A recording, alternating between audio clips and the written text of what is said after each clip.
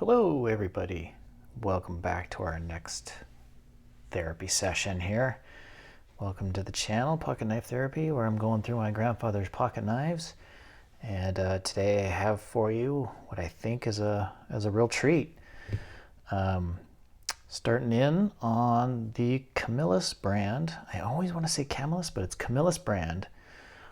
These are pretty cool knives. I say that about all the knives, but I think you guys are going to like this. I'll start with this guy. You got your camper knife here. What is really cool about these knives is the Tang stamp. I don't know if you can really read it there, but it's Camillus Cutlery Company, Camillus, New York, USA. And the cool thing about that is that this is called a 4-line stamp. And it was made from the early 1930s through the 1940s. So we got some pretty old knives here today. So starting with this camper knife here. These are in pretty good shape.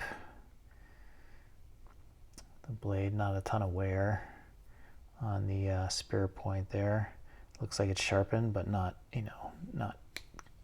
isn't killed.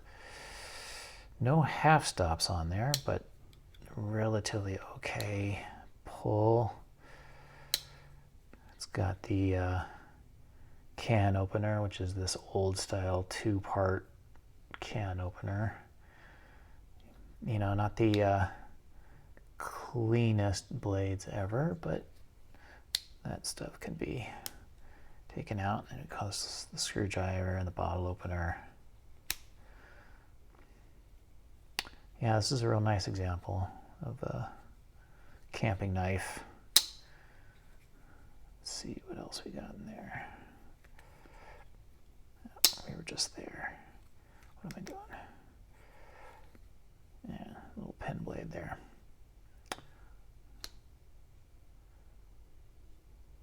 So that one is pretty cool. Got your brass liners. I think all these knives have brass liners, so of course, what does that mean? It means it wasn't made during World War II, so it wasn't made 41 to 45. Could mean after, I guess. I don't know when they started using brass again, but it's sort of an indicator that it was more 1930s. And we got this guy. This has an advertisement on it. Star brand shoes are better. So that's pretty fun. Also got the brass liners.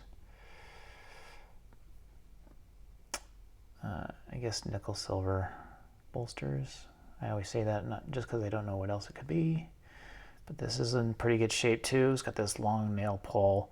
This one seems to be sharpened down a bit. There's your Tang stamp there. But these knives are in good shape compared to some of the other knives I've seen from my grandfather's collection. This one, the pattern on this, this is where I get confused, because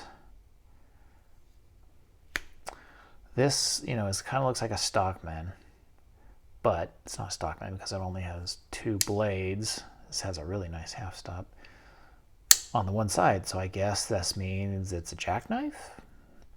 Also a half stop there. So I don't know. It's not a muskrat. This muskrat has the blades on either side. So if anybody out there has any ideas, let me know. I think I'm going with jackknife here. Got a little bit of separation going on with the cover there. Nothing terrible. I don't know what these are. Probably, since it's old, probably bone. Yeah, that one's a pretty neat one. Also, all these guys are really good. And then we have this guy, which just seems like kind of a cheapo knife, but it's an advertising knife. The Florsheim shoe. That's all it says, I believe, the Florsheim shoe. Oh, Houston's, Berkeley, California on this side. Which is kind of funny, because my grandfather graduated Berkeley College, California, in forestry. So yeah, kind of an unusual blade on this one. It's pretty neat. It's got this bottle opener blade combination. I've used this to open a package. I can tell you it doesn't work very well because it's just hard to, you're just trying to use the front to open packages, and it always kind of goes in here and it gets messy. So not the best knife not the most useful, but I'm sure it's fine for opening bottles. And that's probably, I want to guess, for cutting, the foil off of wine bottles is what I would guess. And then of course you got the corkscrew here. I'm guessing this is Bakelite here, but it is a decent. It's no rusting, not falling apart or anything. Decent pull. Just kind of a, I don't know. I'd hate to say cheap, but comparatively cheap knife. And then, of course, the last one, which I think is kind of the jewel of this little collection, is the TL29. You can actually see it there. This is the only, I've had a few electrician's knives. This is the only one that I've seen that actually has the TL29 stamp on it. And right here, it's hard to tell, and I could be very wrong, but it actually looks like somebody put in 10. I have no idea what that's a reference to, but that's what it looks like. But other than that, it's in real nice shape. Camillus.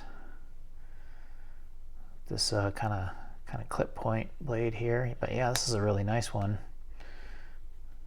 Real nice half stop, real good snap. Boy, that's a nice guy.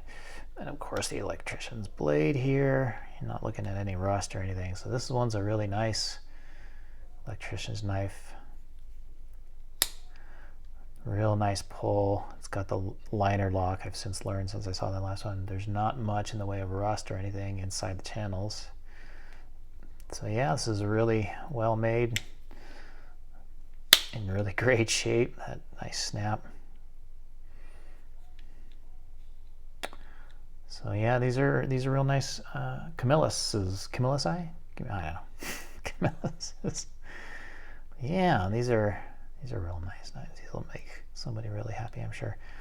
Now, this had, I keep thinking this was made in World War II for the Signal Corps, Army Signal Corps, but it was made for the Signal Corps before World War II. And this has the brass liners, and just like what I said before, brass, and I learned this from comments, the brass was at a premium. They weren't using them for much else during the war because they were trying to use the brass for shells and things like that. But I don't know if, since this is basically a military knife for the Signal Corps, would that count? Would they be okay using brass for that because it's for the military? I don't know.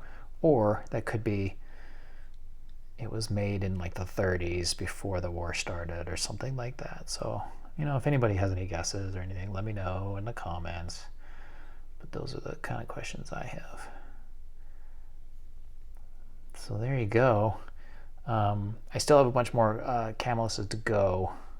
This was just this 4-line tang stamp that I was going through and didn't show it on this one. Camillus Company. Camillus, New York. So yeah, now I'm going to just, there's the show off portion of the video. I'm going to kind of throw some oil on them now and kind of talk about the history a little bit. So Camillus was started by a guy named Adolf Castor not in Camillus, New York. He had a company that they were importing knives, I believe from Germany for the most part. And then sometime, I'm looking at my notes here, it was started in 1897. Don't know if I mentioned that. I don't know what year this happened, but the Dingley tariffs in the U.S. was passed, and so they were putting tariffs on imports, and so Mr. Castor decided to manufacture knives in the US. He didn't start a plant or anything, but he found a knife manufacturer that was run by Charles Sherwood and took over that plant and started running that. I have no idea if that was hostile takeover or what, but in any case, he took over that manufacturing plant, and that was in Camillus, New York, and that's where Camillus was started. Camillus is pretty big, and I always see Camilluses all over the place. They were huge in making pocket knives for a long, long time. Unfortunately, they went bankrupt in 2007, and that's when they were stopped being made in the U.S. Then in 2009, the rights to the name were picked up by a Acme company. I forget the whole name, an Acme company, but they revived the brand, but the knives were made overseas. I don't know where. I'm guessing China. So there's a Camillus brand out there now, alive and kicking. You can get them on Amazon, but they're not, the Camillus New York, made in USA stuff like it was before. So I always see when I'm researching these knives, if it doesn't have like a very obvious manufacturer, I always see, it could be Camillus, because Camillus made so many knives for different manufacturers. They made their own brands and also for retailers and wholesalers. So they've been around a while, and they've been good knives for a while. These are good knives, in my opinion. So, yeah. I guess they went out of business because the management was not good. Apparently, the workers, they tried to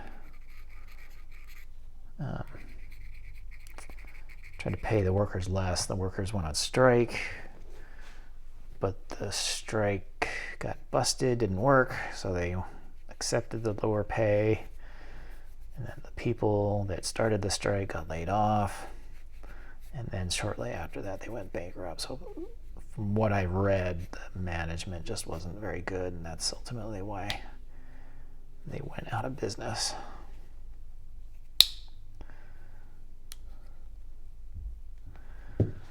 So there's your brief history of Camillus.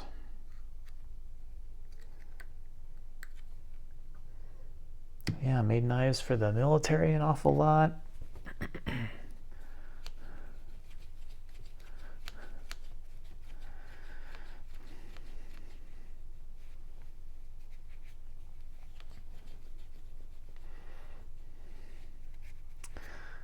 Yeah, this knife could probably do with some of that Flitz polisher, because there's really nothing wrong with the knives. It's just like kind of dirty.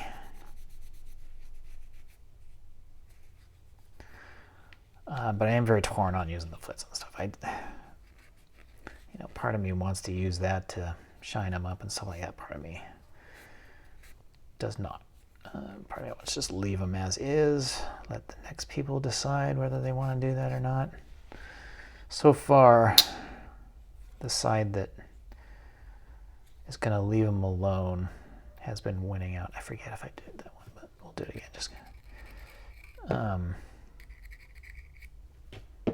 Yeah, so like I was saying, I kind of, at least for now, I'm probably just going to leave them alone. And there's always in the knife forums kind of a debate, fix them up or leave them alone. So this one, I feel like you could use it it's a user.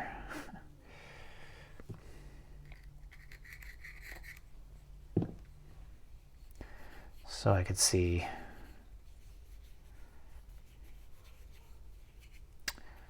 somebody wanting to restore it, shine it up, and things like that. I don't think I am going to, though. I'm going to leave that for the next owner, whoever he or she may be.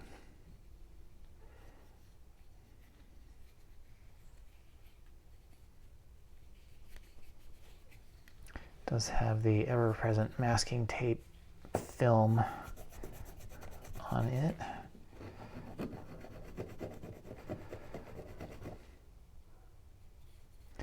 I'm going to let oil sit on that for a little bit while I do the others.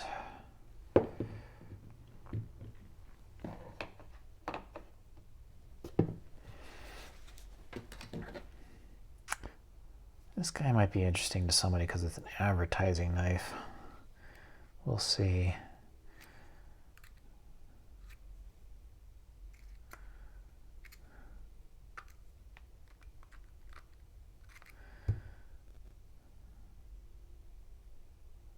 Kind of looking at the funny thing is it kind of looks like stainless steel, but I don't know if they had, I know in Europe they had stainless steel for a long time, but I don't know if in the 30s and 40s, because I read about Queen Cutlery doing the stainless steel thing in like the 50s, so I don't know if this would be stainless steel. It looks like stainless steel, but maybe not.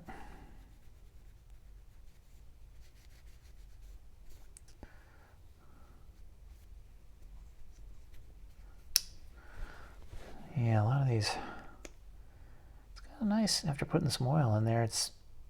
It acts much better. So it actually has some, no half stops, but actually has a little bit of snap now, so that's nice.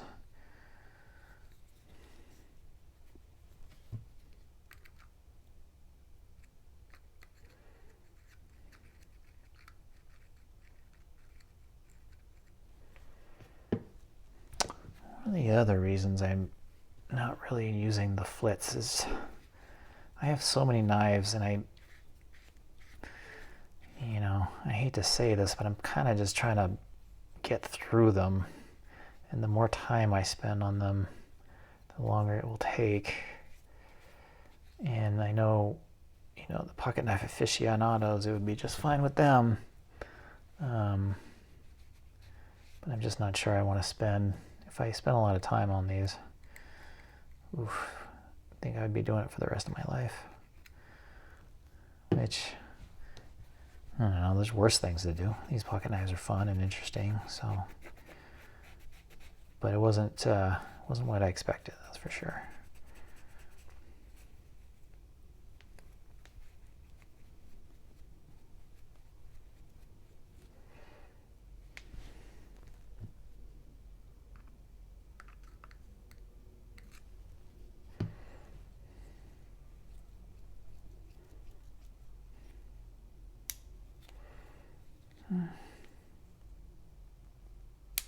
Yeah, a little bit nicer there.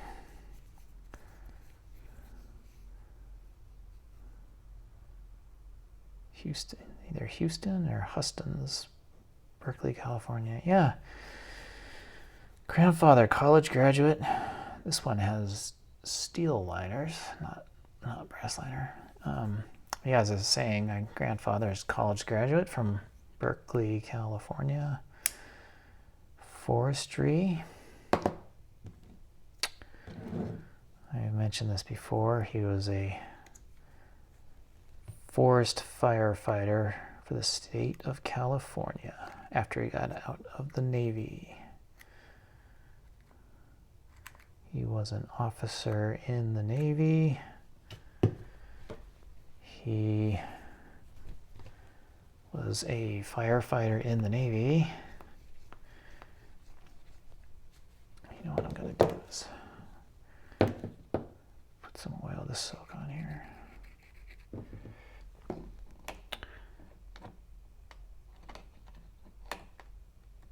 Yeah, officer in the Navy, firefighter. He spent his time on the island of Saipan watching the airport, so if planes came in on fire, they would be responsible for putting it out.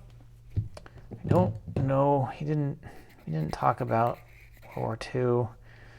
I mean, I had a story or two about it, but nothing. I don't recall him saying anything harrowing. It's not like, I don't even remember he had to fight any fires or not. I know a lot of folks don't like to talk about the war because it's very traumatic and stuff, but I don't know if it was because of that, because he wasn't on the front lines or anything. And also he just didn't talk much in general, so I don't know if he didn't talk about it because it was too hard to talk about, or if he just didn't talk about it because he never talked about anything.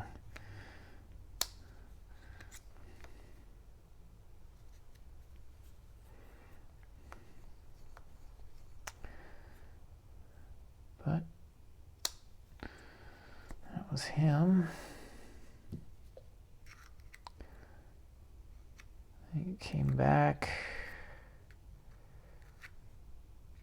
from the war, got married just before he deployed to my grandfather, or to my grandmother.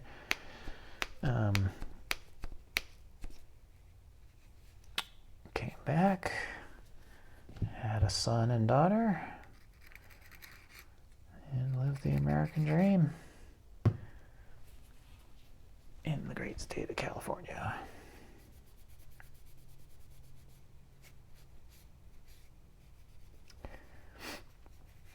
Collecting pocket knives. He collected a lot of stuff from the, man, that pen blade has a nice snap, nice half stop. Real solid there. The main blade, not quite as good. It's okay. Nothing particularly wrong with it, just not real good snap.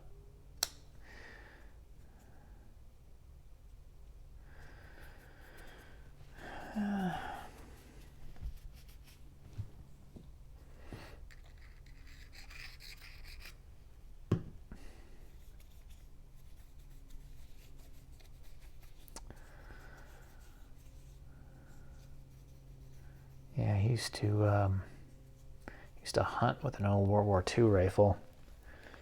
Kind of modified it for hunting purposes, and so he would do a lot of that kind of stuff. Yeah, kind of beat up just a little bit on these liners, and then this guy kind of wiggles a bit.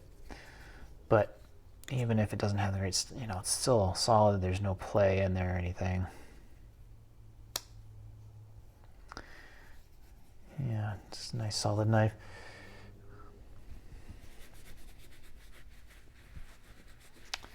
Let's see. I never went hunting with him. My father used to go hunting with him an awful lot when he was growing up. Went fishing a lot, would fish off the surf for perch, I believe. But I don't think I ever went hunting or fishing with him. I went golfing with him once. He was kind of into golfing. Not really. It was more just something to do. So I did go golfing with him once. I was really young.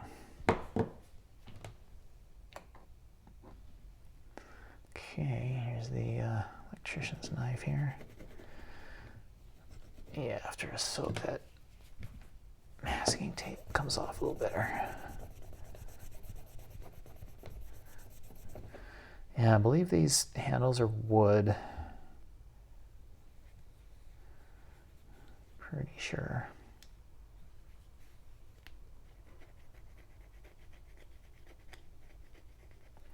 Yeah, no gaps or anything in this one. Handles are in real nice shape. It has that 10 on there, but it's just kind of, it's real subtle. 1 and then a big 0 there. I don't know.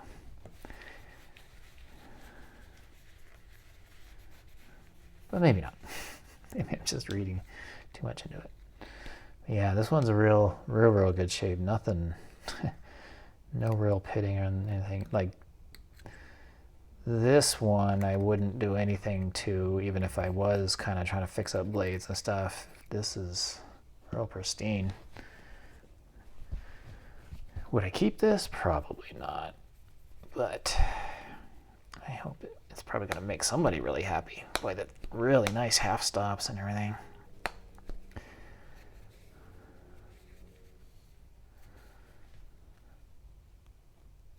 Ooh, sexy.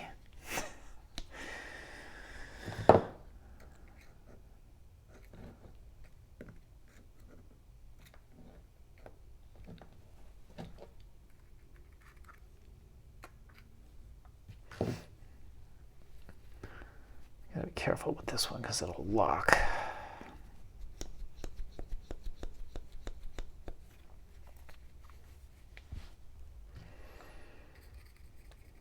Yeah, this is one of the few pocket knives of my grandfather's that seems like it's got very, very little wear.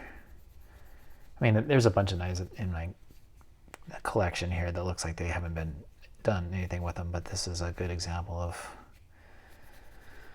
something that looks like it really hasn't been touched. So yeah.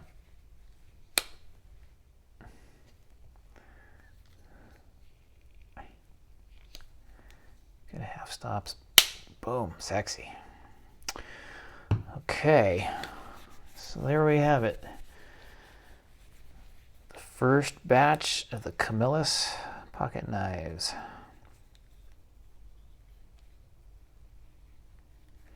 There's a few more batches of these guys coming up, so if Camillus is your thing, stay tuned. You'll see some more. I think these ones are kind of the best, though. These ones are the oldest.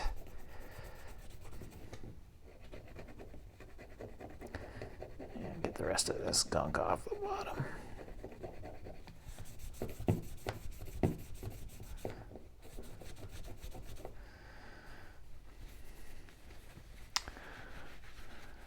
Alrighty, well, thanks for tuning in. I hope I hope you feel better after this session. Our time is up now.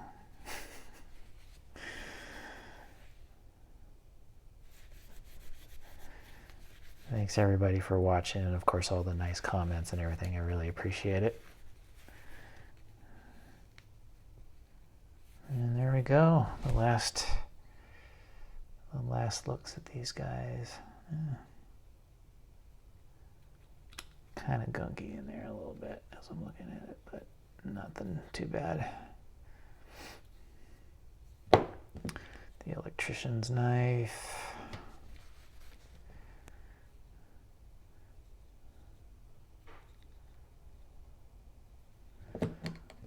This jackknife with the advertising.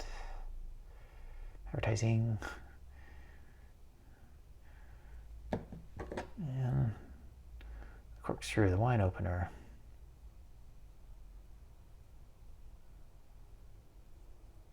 All right. Thanks for watching, guys. See you next time.